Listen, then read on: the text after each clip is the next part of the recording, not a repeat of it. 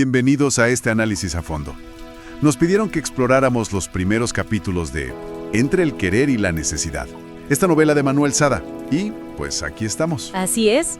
La misión es desentrañar el origen de los protagonistas, ¿no? Samantha y Leonardo. Exacto.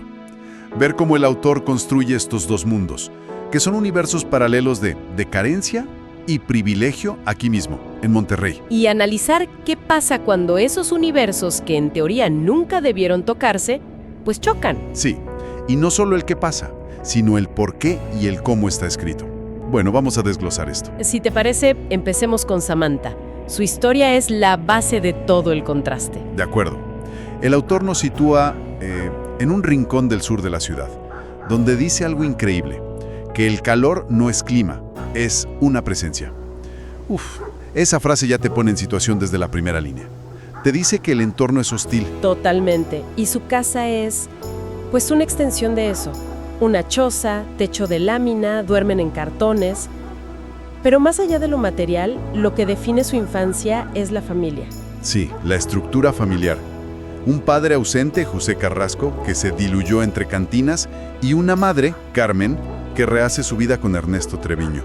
Y es ahí donde Samantha se convierte en, y cito, un mueble torcido. Esa imagen es brutal. Brutalmente efectiva.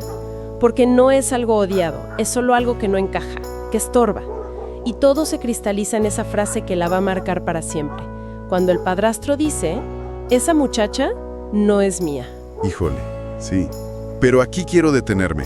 El autor especifica que lo dice sin rabia. ¿Por qué es tan importante ese detalle? ¿Qué nos dice eso? Esa es una observación clave.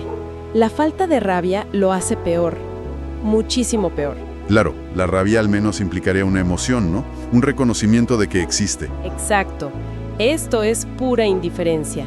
Es tratarla como un problema logístico, no como una persona. Y esa indiferencia, ese silencio, es el verdadero veneno. De ahí el título del primer capítulo. Justo. Lo que no se nombra, no se olvida.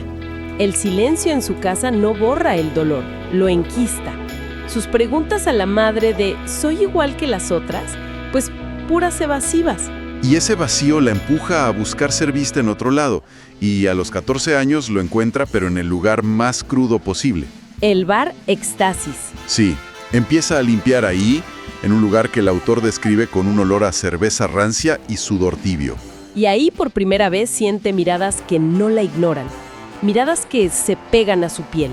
Fíjate, es aquí donde el autor nos muestra cómo se construye una armadura emocional. Sí, no solo nos dice que es fuerte, nos muestra cómo lo hace, ladrillo a ladrillo. El dinero que gana, sucio y todo, paga la luz y los frijoles en casa. Y nadie pregunta.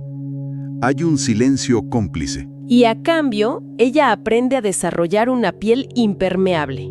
Esa palabra es clave. No es que no sienta, es que aprende a que las cosas le resbalen. Es un mecanismo de supervivencia, claro. Pero es un mecanismo que la protege y a la vez la aísla. Un costo que veremos más adelante. Y esa misma necesidad de escapar la lleva a su primera relación seria con Raúl, a los 17. Busca una paz que, por supuesto, no va a encontrar. La pobreza, los vicios de él, todo se desgasta. Y casi repite la historia de su mamá. Casi. Tiene 2 hijas, Sara y Doris, y cuando la relación se rompe, el autor usa una imagen potentísima. Vuelve a meter su vida en una bolsa de basura negra. Regresa a casa de su madre al mismo silencio, pero ahora con 2 niñas. Y es en ese punto de quiebre, de necesidad pura, que una compañera, Vane, le ofrece la salida. Trabajar en el Club Eclipse. Ya no como mesera, sino como bailarina. Y la promesa es ganar en una noche lo que gana en un mes limpiando, con 2 hijas que mantener. La decisión casi se toma sola. Ok. Y mientras Samantha lucha por existir en un mundo que la ignora, el autor nos lanza al otro extremo. Al contraste absoluto. Hablemos de Leonardo. Su jaula no es de lámina oxidada, es de privilegio. Exacto. Su mundo es de jardines simétricos y pisos que olían a cera. Pura opulencia. Pero todo ese orden exterior esconde un caos interno. Y el autor nos da la frase que define a todo el personaje. El vacío también puede tener alfombra persa. Desempaquemos esa frase. Es mucho más que algo bonito. Claro, no es solo soledad. El autor sugiere que el privilegio puede ser una forma de aislamiento todavía más Sofisticada. Como La alfombra persa es un símbolo de una vida tan acolchada, tan estéril, que impide el contacto humano real. El vacío de Leonardo es interno, silencioso. Es más difícil de escapar porque no tiene una causa obvia, ¿sabes? si su abandono fue pulcro. Un divorcio sin gritos, una madre distante. Hay una escena que lo captura todo, La de los viñedos. esa misma. Él de niño, sonriéndole a su madre, y ella, desde un balcón, que apenas levanta la mano. Un saludo que nunca se convierte en abrazo. Resume en un gesto la diferencia entre cuidar a alguien y amarlo. Hay provisión, hay seguridad, pero no hay calor. Es la clase de amor que se ofrece sin tocar. Esa es la herida de Leonardo. Y esa carencia lo persigue, le deshace el matrimonio y lo lleva a un punto de quiebre. A pensar, si de todos modos me juzgan, al menos que sea por algo real. Y con esa mentalidad es que llega la fiesta en el penthouse, donde su camino, por fin, se cruza con el de Samantha. Ella llega con las otras chicas del eclipse, pero hay algo distinto en ella. No busca atención, no caza. Se queda quieta. Su inmovilidad es su defensa. Y eso justamente es lo que le llama la atención a Leonardo. No ve a una bailarina. Ve, y lo cito, a una mujer con un cansancio digno. Es un reconocimiento inmediato. Ve una grieta parecida a la suya. Y el encuentro clave ocurre horas después, ya solos en una habitación. Ella descalza junto a la ventana. El primer diálogo es increíblemente revelador. Ella, que supuestamente está ahí para servir, es la primera que muestra empatía. Está cansado. Y él responde, a veces.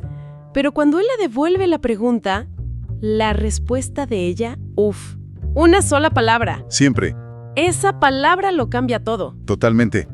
Transforma la dinámica por completo. Ya no es un encuentro de deseo, no es una transacción. Es un encuentro de dos soledades profundas. Y el autor lo describe no como lujuria, sino como alivio. Lo que pasa esa noche es, literalmente, un cuerpo humano sosteniendo a otro cuerpo humano. Es una intimidad que nace del consuelo, del reconocimiento mutuo. Y para Leonardo, ese amanecer traza una línea. Su vida se divide en un antes y un después. Y luego de esa noche, el capítulo 4, su primera cita real.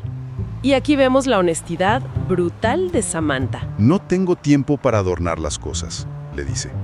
Sin juegos, sin máscaras. Y hay un momento potentísimo cuando él la lleva a su casa en su colonia. Sí, ella lo detiene antes de que se vaya y le dice: Esto es más íntimo que lo otro. Aquí no hay luces bajas que protejan. Es una declaración de principios. Le está mostrando su realidad sin filtros, sin adornos, casi como un reto. No le pide que la rescate. Le está diciendo: esto soy, este es mi mundo, puedes con esto. Está reclamando el control de su propia narrativa. Expone su vulnerabilidad, pero en sus propios términos. Y aquí es donde la cosa se pone realmente interesante. Capítulo 5, 7 días de promesas. Leonardo, desde su mundo de soluciones prácticas, le propone ayudarla. Pero su primer intento es de una torpeza monumental. Le ofrece dinero, cubrirle los gastos, como si fuera un mecenas. Y la reacción de Samantha, un orgullo feroz. Le dice una de las líneas más duras del libro. No soy una de tus obras, Leonardo, y no estoy en venta. Y lo remata diciéndole que si el pago es corporal, eso ya lo hace por menos. La verdad es un momento que lo desarma. Claro, porque defiende su dignidad por encima de su necesidad, que es abrumadora. Entonces, ¿qué es lo que Leonardo entiende en ese momento? ¿Qué hace que su segundo intento sí funcione? Entiende que su primer ofrecimiento, aunque bien intencionado, era solo otra forma de transacción, otra forma de poder. La despojaba de su agencia. Y el segundo enfoque lo cambia todo. Se lo proponen no como un regalo, sino como un préstamo, y la frase que usa es la clave. No quiero perder la oportunidad de ver quién eres cuando no estás cansada. ¡Wow! Esa frase es un giro de 180 grados. Exacto, porque ya no la ve como una víctima a rescatar, la ve como una persona con un potencial oculto bajo capas de agotamiento. No le está ofreciendo caridad, le ofrece una oportunidad, un voto de confianza. Y ella acepta, pero bajo sus términos, un préstamo. Mantiene su dignidad intacta. y solo después de este pacto se entregan el uno al otro. Y el texto ya no lo describe como alivio. Ahora es una confirmación. Y el cuerpo de Samantha, nos dice el autor, no se rinde sino que elige. Es un acto de voluntad, no de sumisión. Pero justo cuando parece que la historia ha encontrado un camino, una posible salida, el autor cierra el capítulo con un epílogo que lo revuelve todo. Sí, es un golpe maestro. Samantha va a un baile en su barrio, en su mundo, y conoce a otro hombre, Liam. Y es fascinante cómo el autor lo construye como la antítesis de Leonardo. Totalmente. No hay nada de la elegancia de Leonardo en él. Nada. Se le describe con una belleza más inmediata, más sucia. La atracción es un chispazo eléctrico, adolescente, peligroso. Liam es todo lo que ella conoce. La intensidad, lo crudo, lo impredecible. Exacto. Leonardo es un idioma que está aprendiendo. Liam es su lengua materna. Y la última imagen de estos capítulos es de un simbolismo potentísimo. El reflejo de Samantha en un charco de agua partiéndose en dos mientras se anuncia una tormenta. Es la imagen perfecta de su conflicto interno. La batalla ya no es solo contra el mundo, ahora la batalla está adentro de ella. Por un lado, Leonardo, que le ofrece un puente a una vida sin cansancio, estabilidad. Y por otro, Liam, que representa la atracción magnética de su propio mundo, el caos, el peligro, pero también lo familiar.